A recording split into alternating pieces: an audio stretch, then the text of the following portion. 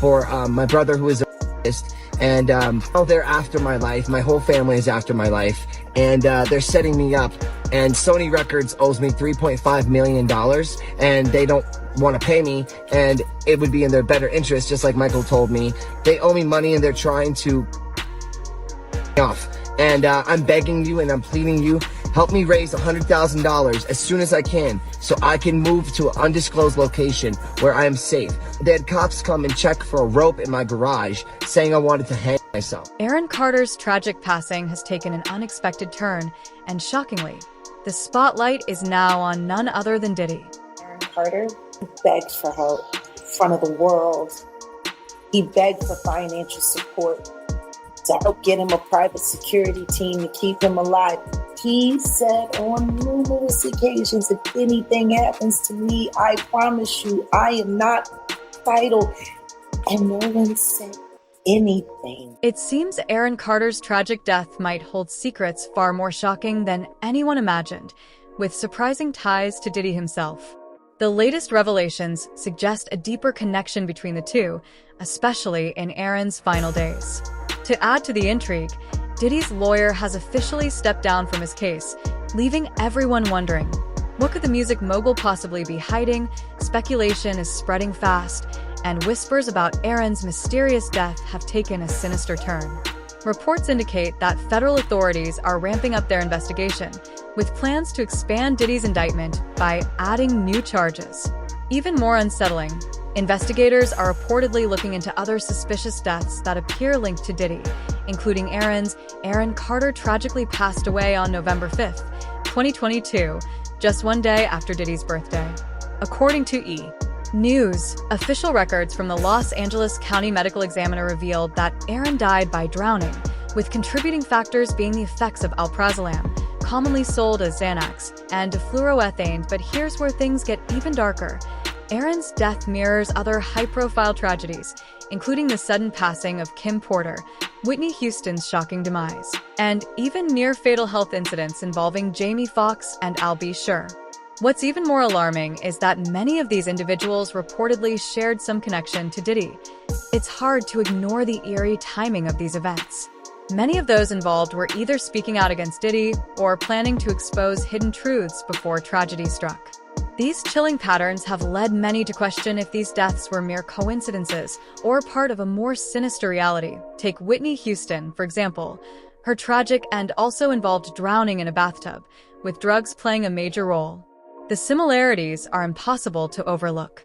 And the deeper investigators dig, the more the spotlight turns to Diddy's alleged mentor, Clive Davis. Clive Davis, a towering figure in the music industry and Diddy's former guide, has faced troubling allegations of his own, including rumors of inappropriate behavior.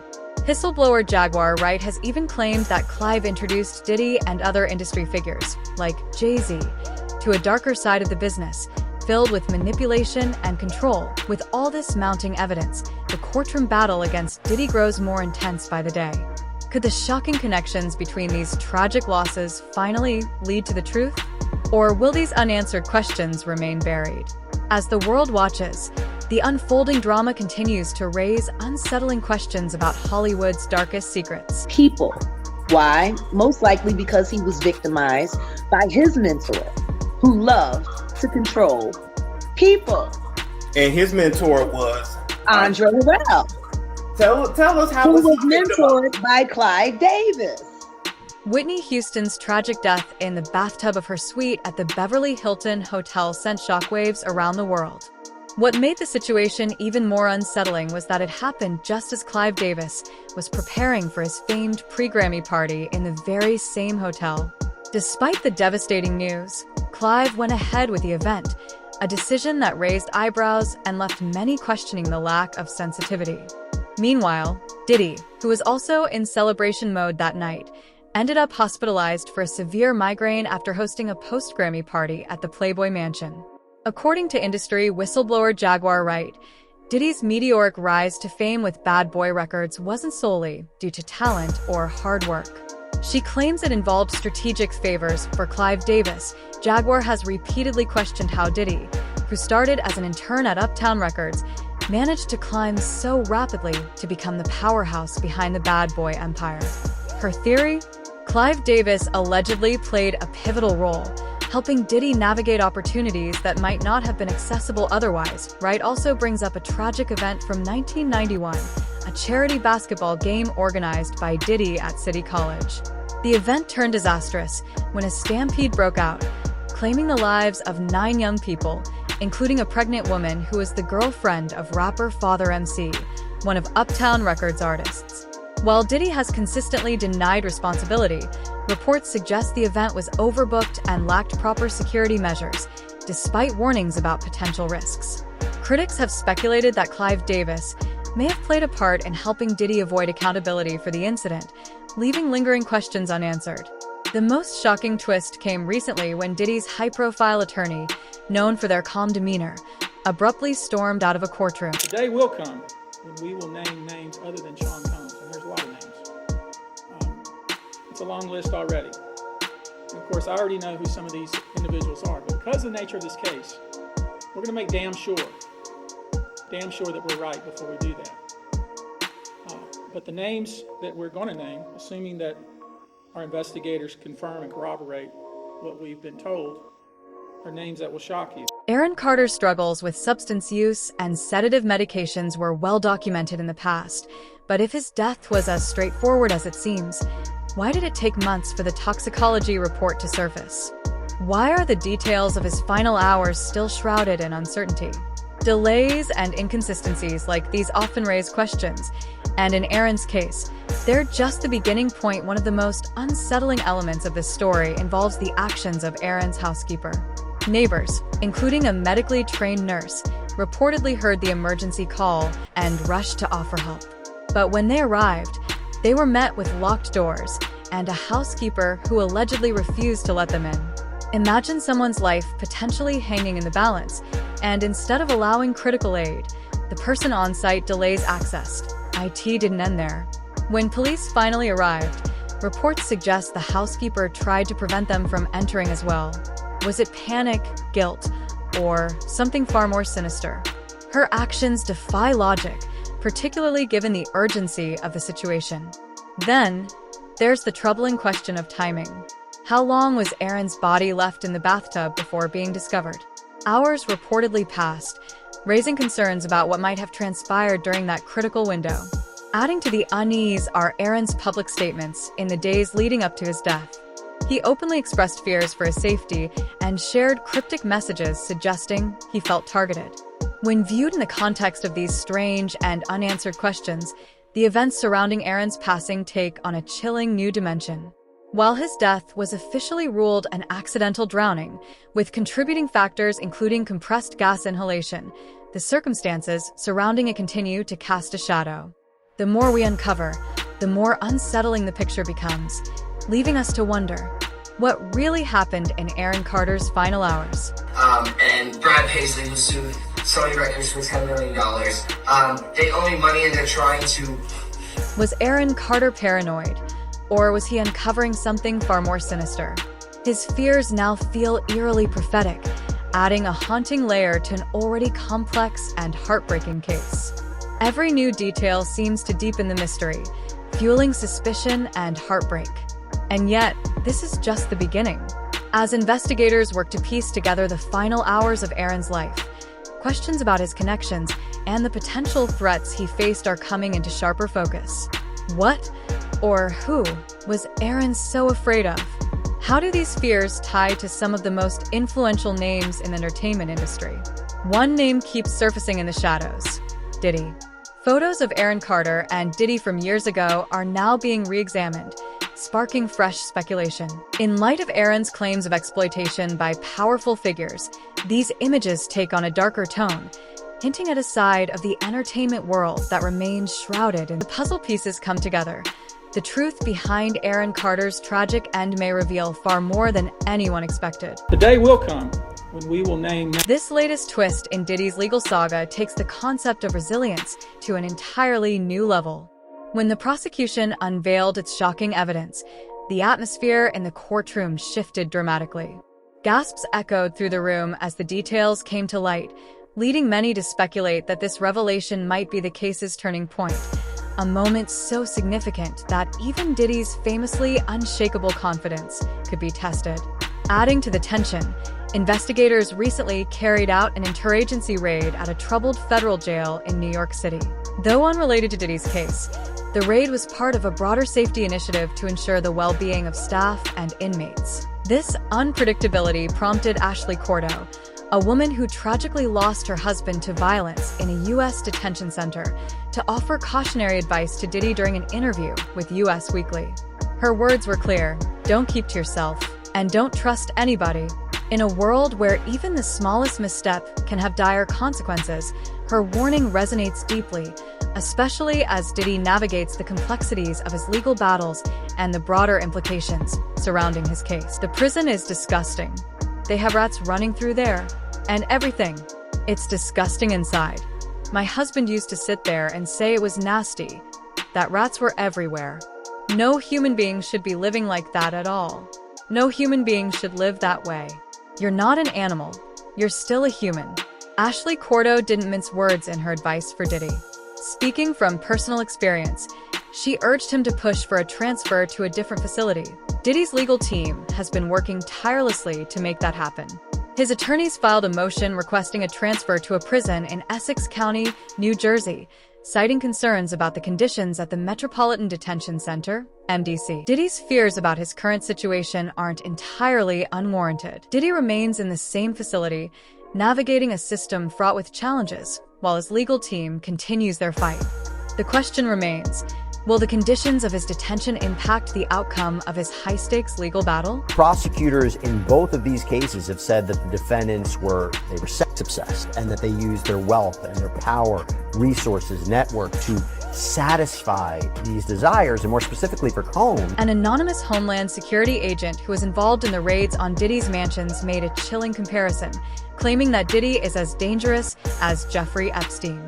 This comparison raises serious concerns for Diddy, especially when you consider the eerie circumstances surrounding Epstein's death. This connection to Epstein only adds to the mounting tension in Diddy's case. The latest dramatic twist came when Diddy's attorney, known for his sharp legal mind and composed demeanor, stood up abruptly in the courtroom. His face was a mix of frustration and disbelief, and without saying a word, he walked out, leaving the courtroom in stunned silence. Was this a strategic move, or had the new evidence truly shaken the defense team? Whatever the reason, it highlighted the unpredictable nature of the challenges Diddy faces, and how crucial resilience will be as his legal battle unfolds. And there's a lot of names. It's a long list already. And of course, I already know who some of these individuals are, but because of the nature of this case, we're gonna make damn sure that we're right before we do that. Aaron Carter, a young and vulnerable star, was thrust into an industry plagued with manipulation and excess. Whispers suggest that Diddy may have played a significant role in shaping and potentially ruining Aaron's career. Could Diddy have been one of the handlers Aaron referenced in his chilling messages about the darker side of fame? Aaron's cryptic warnings only added fuel to the growing mystery. In one of his final tweets, he reached out to Kanye West, writing, "Yo Kanye, let's talk man to man." This wasn't just a casual invitation. It was a plea, a signal that Aaron had something urgent to share with someone who, like him, was challenging the industry's secrets. Combined with Aaron's repeated fears and his claims to possess damaging information, it's no surprise that fans and investigators are questioning whether his death was really an accident, or if it was something far more calculated. The stakes are rising as reports suggest that the FBI is now looking into Aaron's death as part of a broader investigation into Diddy's alleged connections to mysterious Hollywood deaths. From Aaron Carter to Kim Porter, Diddy's ex-girlfriend who passed away under similarly strange circumstances, the dots are starting to connect. Could all of this be mere coincidence? Or is there a pattern of silencing those who know too much? For years, rumors have swirled about Diddy's influence extending far beyond music, involving manipulation and even darker accusations. Aaron's tragic death could be the thread that unravels a much larger web of secrets. As more details come to light, the whispers about Hollywood handlers and exploitative power dynamics are becoming louder. While Aaron Carter's life ended suddenly, his story is refusing to fade away. It's becoming a focal point in the broader conversation about fame, control, and the dangerous underbelly of the entertainment industry. This isn't just about Aaron. His death is forcing a much-needed spotlight on Diddy, a powerful figure whose reputation may be on the line. And the connections only seem to get darker. Kanye West, no stranger to controversy, has dropped bombshell allegations about a network of manipulation in Hollywood, claiming that his former trainer, Harley Pasternak, threatened to have him institutionalized and strip him of his power. But Kanye didn't stop there. He pointed directly to Diddy as a central figure in this web, suggesting that Aaron's desperate attempt to reach out before his death was no coincidence. Was Aaron trying to seek Kanye's help to expose the same chilling secrets? Kanye's claims against Harley Pasternak read like the plot of a psychological thriller. Text messages shared by Kanye showed Pasternak threatening to reduce him to a zombie-like state if he didn't comply with certain demands. Pasternak's alleged background in psychological operations with the Canadian military only deepens the intrigue. Kanye referred to him as a handler, someone whose role went far beyond personal training and into the realm of mind control. Kanye believes Hollywood is rife with these types of individuals whose job is to manipulate and silence stars. This brings us back to Diddy. Kanye has alleged that Diddy acted as a gatekeeper for these so-called puppet masters, pressuring him to retract his public statements. But beyond the drama and intrigue, why is resilience so crucial in moments like these? Resilience is more than just enduring tough times. It's about adapting, learning, and emerging stronger. Diddy's life story is a testament to this. His rise to fame and fortune wasn't without its challenges. Losing loved ones, navigating the high-pressure world of entertainment, and overcoming setbacks. Time and again, he's shown that resilience is not just a trait, but a way of life. And in the face of these growing allegations, it may be the one thing that helps him stay on top. Let me ask you seriously. On a softer note. Of course, Ray J took your place. He's making all kind of, he had his own news network. Then you see, give me thoughts when you see, like, Bow Wow say that he is upset, or he feels the way that there's no more Diddy parties. He's like almost like he's fiending for the Diddy parties. Like, man, it ain't going down like it was. So let me ask y'all a question right now. If Bow Wow came into this room without anybody knowing anything he did, and a group of females came into this room, who's gonna get the females first, y'all or him? This nigga, us. They don't know. Yeah, he said they don't know who Bow Wow is. Who he is. He's just Shad Moss from up the road. Oh. Yeah, nah, we getting that action. Get the females first. Yeah, cause Bow Wow did walk in this room, but he was Bow Wow. But no, Bow Wow is he have to like bat his eyes or something. We don't bow ass. Yeah, nah. No shade to Shad. No shade to Shad. There's no shade. No shade to Shad, but nigga. Right. So if you can be a person who can show up you can show up to a play, and everybody here is paid to come in here and do what they do, of course you gonna miss that. Yeah, man. You going to Wow. you can pull anybody you want, male or female, to the bathroom and get a blowjob. Yeah. You gonna miss that. Yeah, man. All right, well, it's a drought, then. It's a drought. That drought make people crash out. Like, Yeah, it's a drought. What can you give me one celebrity you were surprised to see at a party in a way that you were surprised to see him, male or female? Like, you might have had an idea about him, then you see him like, there ain't no way that this person's doing this with that, or doing this like that, or whatever. no. Okay, he said, good. No. Like after my first year of being working with celebrities, I figured out what it was. I said, oh, so they all like it. Does it always start with alcohol? Whenever? No, a lot of them don't even drink. It's just them. Bro, so you got different levels you got horny men, and then you got real horny men. You feel me? So, what's the craziest? A strong support system is crucial to resilience, and in Diddy's case, his team, friends, and family have consistently rallied around him during tough times. The dramatic exit of his attorney may have shaken the courtroom, but Diddy's composed demeanor showed that he wasn't facing this battle alone.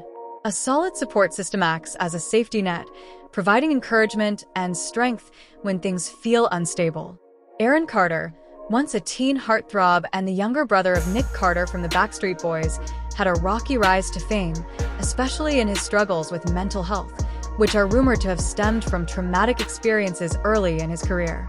Recently, old photos of a young Aaron hanging out with Diddy have surfaced, raising questions. Fans are starting to wonder whether Aaron could have been one of Diddy's youngest victims. But there's more to the story.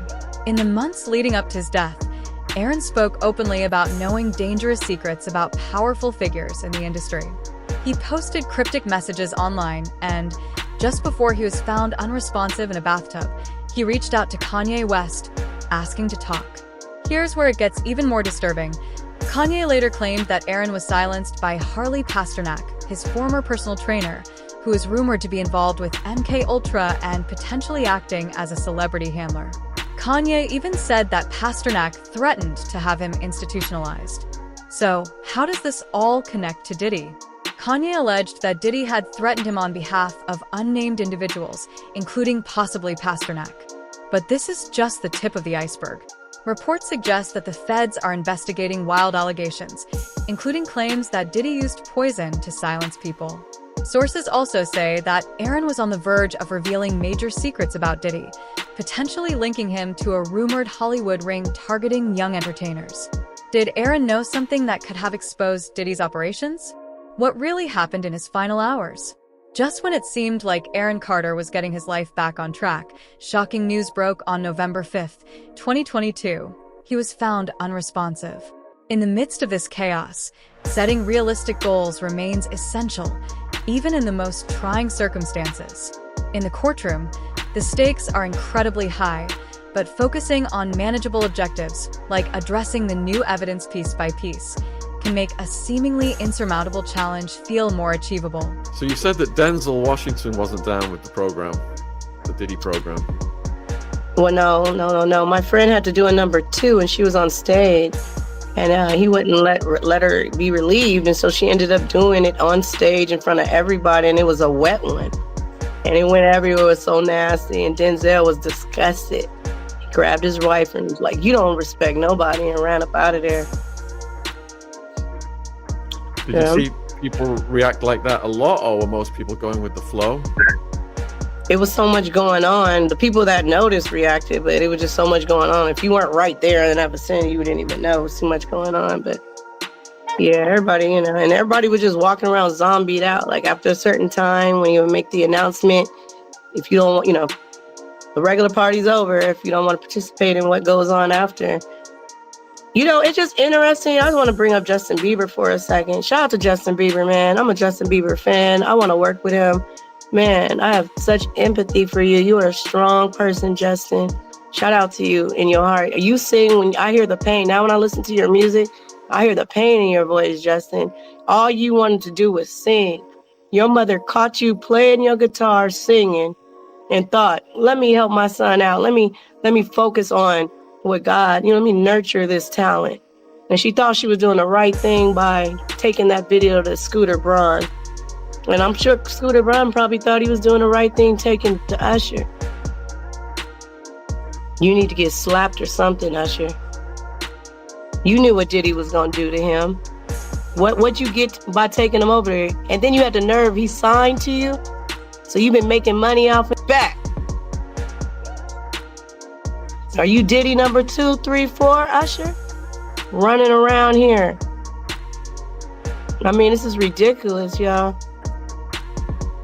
Hey, I'm on a live, y'all. Stop calling me when I'm on a live. That's disrespectful. I'm on live. Stop calling me. Jaguar Wright is watching. She's in the chat. Hi, Jaguar. I love you.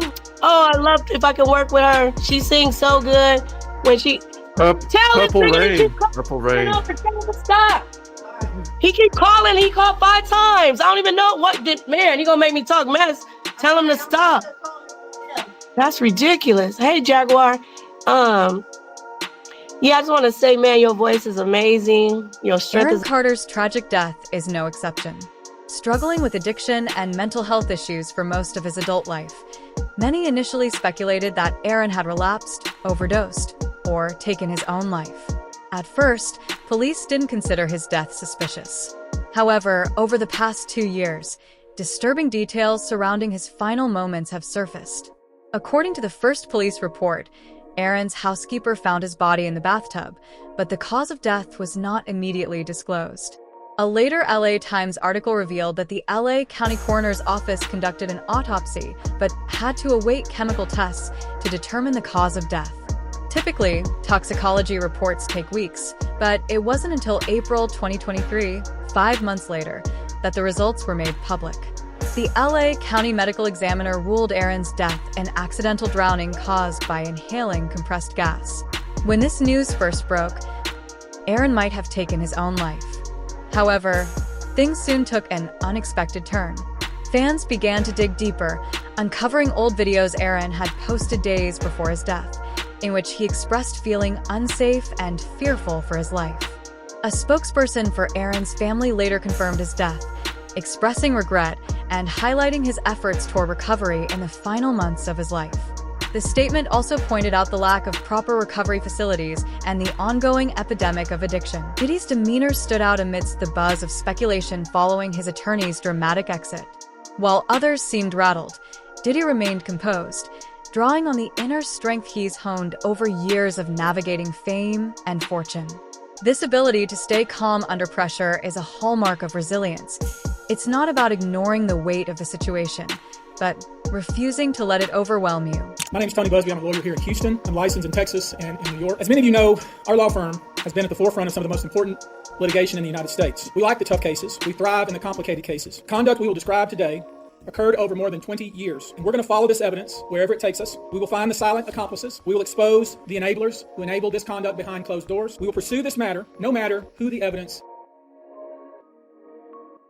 Can you imagine how many other famous people and big executives are probably involved in this? These brave victims who have stepped forward deserve nothing less. The biggest secret in the entertainment industry that really wasn't a secret at all has finally been revealed. The wall of silence has now been broken and victims are coming forward. Our team has had at this point more than 3,285 individuals contact us, people claiming to have been victimized by Sean Combs. We now represent 120 individuals who intend to bring civil claims in civil court against Sean Diddy Combs. So they said they vetted. That's what cut out right there, but they were vetted. 120 people. Claims against many other individuals and entities that we will name as defendants as we file these individual cases. We also intend to make these individuals available to the authorities, specifically to the FBI. And you should also know a few of them have already been spoken to by the FBI. That being said, as stated, we are vetting every call that we receive. We have had to turn away some. For each, we ask for corroboration. For each, we ask for the identity of witnesses. We also have collected pictures, videos, texts. We check venues. We check dates. We want to corroborate that the claims being made have legitimacy and merit. We have on staff now a former detective from the Major Offenders Unit of Houston Police Department who is helping us vet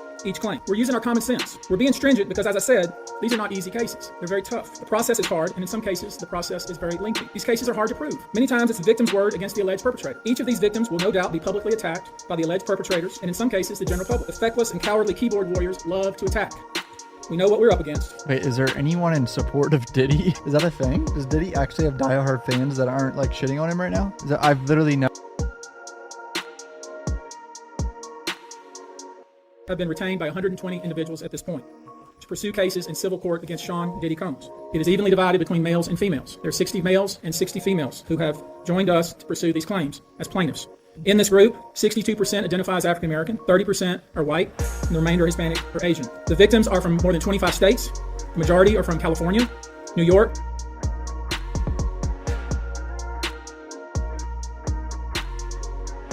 when the conduct occurred. It's shocking. Our youngest victim at the time of the occurrence was 9 years old.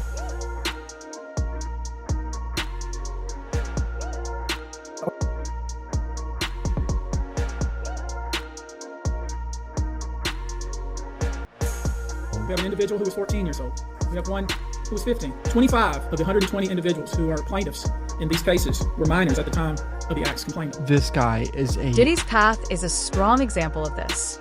Despite facing criticism, controversy, and now a legal battle that could change the course of his legacy. His career and personal growth show that setbacks don't have to define the end. Instead, they can mark the beginning of a new chapter. Even Freddie P. acknowledged this in his interview with The Art of Dialogue. He discussed the immense power Diddy held in the industry, revealing how Diddy's influence played a pivotal role in shaping his career and the broader landscape of the entertainment world. So, people trying to make it, Diddy's the big dog.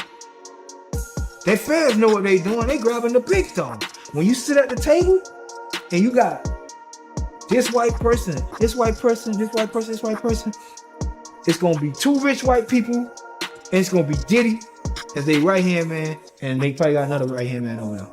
That's how I feel the table goes. Now, fans believe Freddie may have been alluding to a deeper story unfolding, suggesting that when someone as powerful as Diddy ends up in jail, they become vulnerable to attacks from their enemies. One commenter even pointed out, "Damn, Freddie said something that went over your heads." Puffy was the bridge for hip-hop and Hollywood, so that makes Puff the biggest gatekeeper on the hip-hop black side. Yeah, they're changing the regime. Somebody's taking Puff's spot. They don't want him there anymore. Life behind bars isn't exactly easy for Diddy. In fact, he was reportedly put on protective watch during his initial days. Some speculate this might be why he was also placed on suicide watch, perhaps as a form of protective custody due to his status as a high-profile inmate. One observer noted, "Do you think that's part of it? Offering protective coverage because of who he is?" Wondering if that's why they placed him on suicide watch now, kind of what you were saying, protective coverage, because he is such a high-profile inmate. Do you think that could be part of it? Oh, absolutely. I mean, going from a life where you live in a mansion to going to sit in a jail facility is not something easy to deal with. According to his attorney, Mark Agnifilo, placing Diddy on suicide watch was simply a precautionary protocol for new high-profile inmates. At the time, Diddy was described as strong, healthy, confident, and focused on his defense. However, it's clear that prison life isn't something Diddy plans to adapt to, which is why he continues to push for bail. Recently, he proposed a new $50 million bail package, including around-the-clock security monitoring, home detention, and strict restrictions on communication. Diddy offered to surrender his passport along with those of his family members. Diddy's actions over the years have hurt countless lives, and for them, this is karma in action. But what's your take? Is Diddy right to feel paranoid, or should he accept his circumstances and face the consequences? The speaker's message about resilience also rings true in this situation. And just because they married, that don't mean shit, because they got lavender marriages. Yeah, man. And they be, you know what a lavender marriage is, right? Is it kind of like a beard where a woman kind of fronts like a, yeah. And vice versa. Like, allegedly, I believe when I first saw Gabrielle Union, right? Allegedly, I believe she was a lesbian, because I seen her in clubs hanging out with people, and she was with women, right? So when I see her with Dwayne Wade later, I always thought she was gay or lesbian. You know what I'm saying? Because I've seen her with women, like hanging out and doing things like.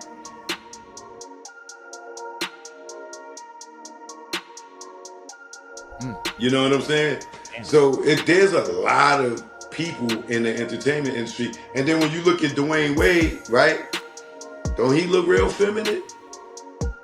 And what man's going to be sitting there cool with his son becoming a girl? Exactly. You have to be like really in tune with some shit to be sitting there being cool with your little boy wanting to make that type of decision at that age. You can't make that decision in my house at that age. Nigga, you better wait till you about 21 or you can get out and you can make that decision. But you're not living under my roof. And to each his own, man. But thank God Trump won. Because now we back to two genders again. Now, yeah, bro, I definitely been discriminated against in the social media space, man. Like, because I'm not gay. And usually it seems like a lot of those blogs, like the Shade Room and a bunch of others I don't even want to name, man. Like, you know, if you're not a gay blogger, they don't really want to repost your videos or any of that, bro. No, they all. If you're the Breakfast Club, they will. People don't even know that's And it is a real thing. It's a real thing. You know what I'm saying? I went through it at BET. I went it throughout the industry, man. You know what I'm saying? Niggas will really press you. Let's not overlook the importance of a strong support system in building resilience.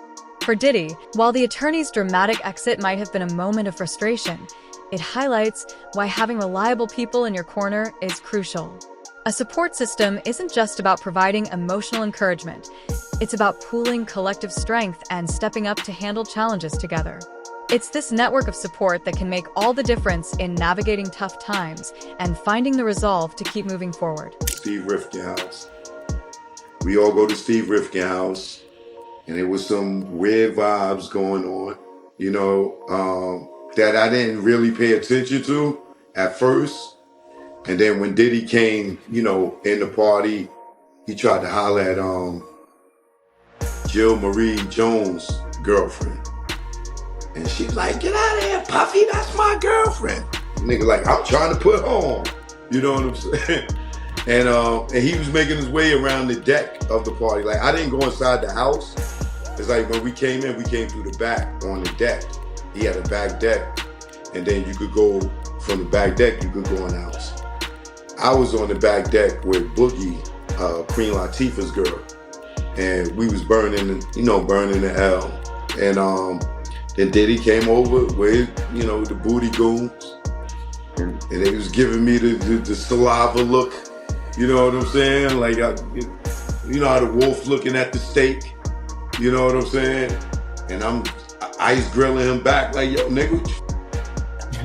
Right? And then, you know, then I realized, like, oh, this nigga is like hitting on me, like, and he's standing here and he got like 3 to 5 niggas standing there and they all staring at me. Like, they was looking so hard, nigga, I put my head down. Like, you said this is too intense, bro. I went and grabbed Hillary. I pulled her outside and she just thought that shit, she was tickled pink. She thought it was the funniest shit in the world. Like, yo, go get Kim.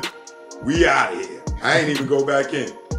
And she went and got Kim. We bounced and we left. So he must have did that to a lot of dudes, man, and just assumed that all dudes just go for that, man, just in order to just go out and try people like that. I would think it was my environment. It's the after party. You know what I'm saying? They probably are used to certain people coming to the exclusive party. You know what I'm saying?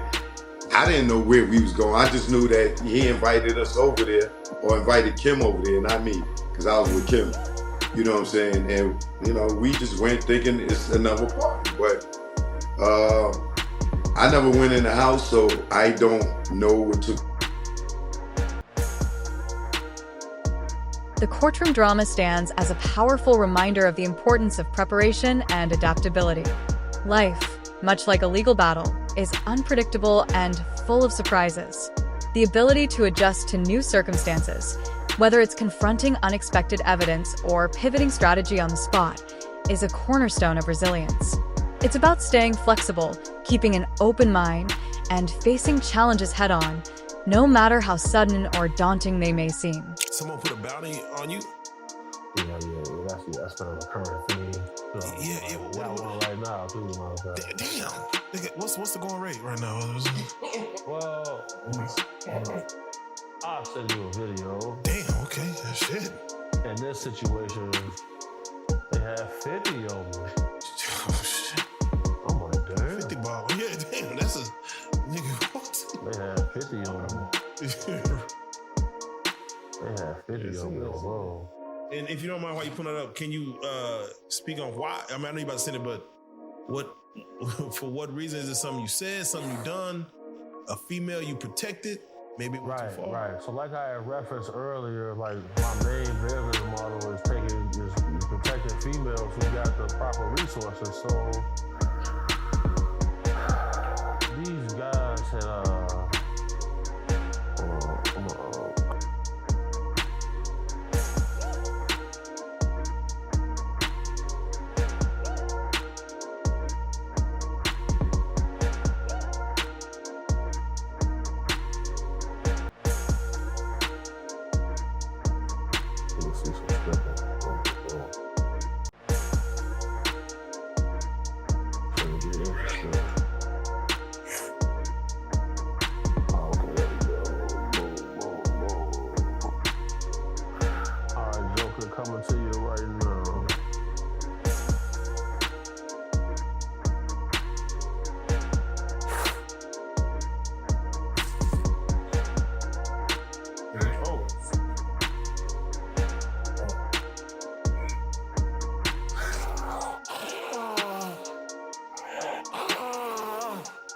Yeah, so this is what you did to the young man. Yeah. So that's when I had 50 on me. I had to shoot through the door. And like the dude who said call 911, he got hit in the neck, hit an artery, shot blood all through the ceiling on the porch, everywhere. Oh, let me get it right, my bad.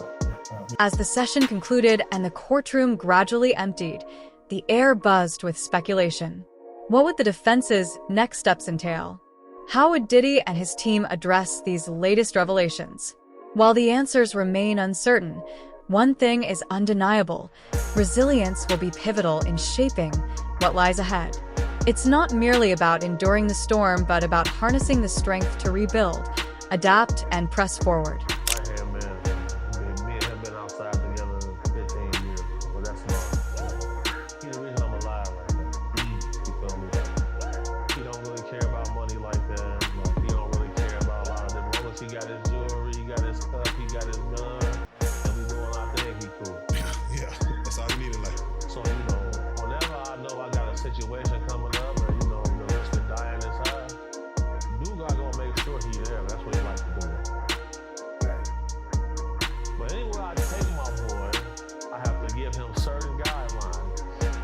On this particular day, I say, bro, I don't know what we're gonna see in here, but we get $2,500 apiece to keep these two models right here safe at this event. Don't get out of my eyesight. You say, Gordo? That's my nickname, Gordo. I said, Gordo, I love you, but I gotta go to the bathroom. I said, okay, bro, the bathroom over there, I think. So I'm over here dealing with them.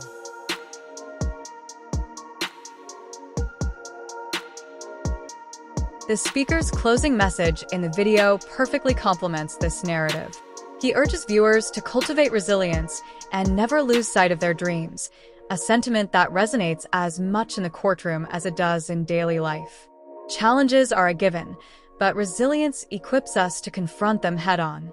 It's a reminder that setbacks aren't final. They're stepping stones for growth, learning, and eventual success. Well, it's kind of hard to fake CCTV footage, simply because it's time-stamped and the pixels in that camera, any AI footage, the pixels is way higher than a normal camera. For sure. So, you gotta take that into consideration. I think I'm gonna Google everyone who has a $20 million yacht. And we're gonna run this. We're gonna get close. It's hundreds of guys. Okay. Yeah, okay. Look, didn't you say you wanted a yacht?